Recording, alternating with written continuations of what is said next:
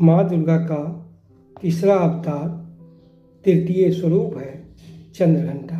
नवरात्रि के तीसरे दिन यानी आश्विन शुक्ल पक्ष तृतीया को माँ के चंद्रघंटा स्वरूप की पूजा की जाती है। माथे पर घंटे के आकार का आधा चंद्र होने के कारण माँ का यह स्वरूप चंद्रघंटा कहलाया। इस स्वरूप में माँ के माथे पर घंटे के समान चंद्रमा सुशोभित है, जो तपस्या के बाद भगवान शिव से विवाहोपरांत माँ को प्राप्त हुआ है। ये माँ का संपन्न रूप है।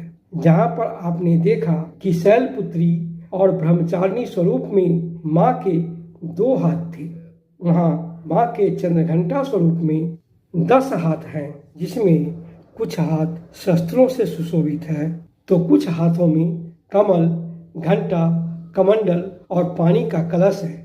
और इस स्वरूप में माँ का वाहन शेर है। तो यहाँ पर माँ भक्ति और शक्ति से परिपूर्ण है। माँ चंद्रघंटा को संतुष्टि की देवी मानी जाती है। माँ का यह स्वरूप परम शांतिदायक, शक्ति संपन्न और कल्याणकारी है। इनकी पूजा से शक्ति, संपन्नता और सुख समृद्धि में वृद्धि होती है। माँ के इस स्वरूप की तुलना हम उस सफल नवयुवक नवयुवती से कर सकते हैं जो विद्यालय से, गुरुकुल से पढ़ लिख कर ज्ञान प्राप्त कर ढेर सारा स्किल्स प्राप्त कर सफलता प्राप्त कर लिया है और विवाहोपरांत परिवार, समाज और राष्ट्र की उन्नति के लिए समर्पित है। उसके पास ज्ञान की शक्ति के साथ संपन्नता भी है।